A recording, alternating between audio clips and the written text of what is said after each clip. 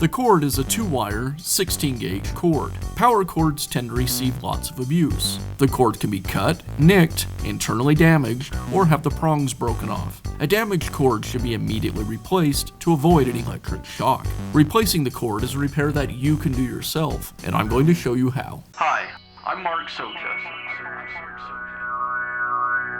Do-it-yourself repairs like these are easier than you might think. From lawn machines to cordless drills, kitchen mixers, Outdoor grills. our how-to videos walk you through each repair from start to finish. So doing it yourself means never having to do it alone. Let's get started. I'll begin by removing the guard and the side handle. Now remove the rear housing.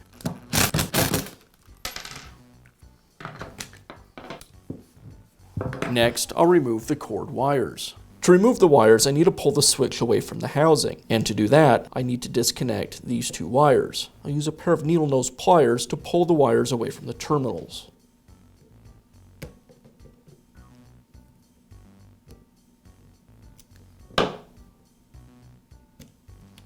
Now I can pull the switch from the housing, and now have access to the cord wires. I'll use a screwdriver to remove them.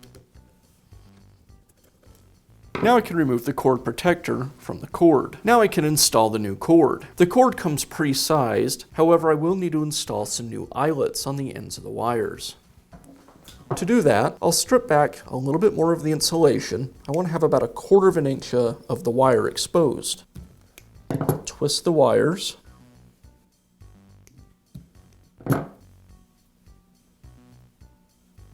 And now I can install some new eyelets. I place the eyelet over the wire and then use a crimping tool to secure it.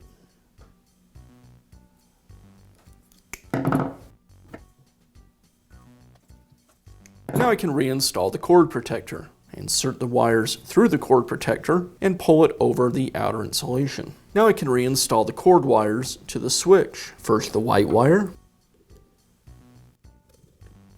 and then the black.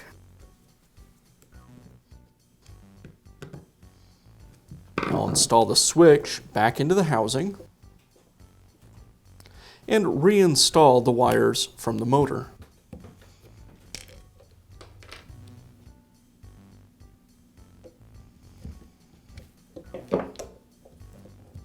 Now I'll reinstall the spring under the switch lever, and I'll replace the lower piece of the housing. Tuck all the wires out of the way.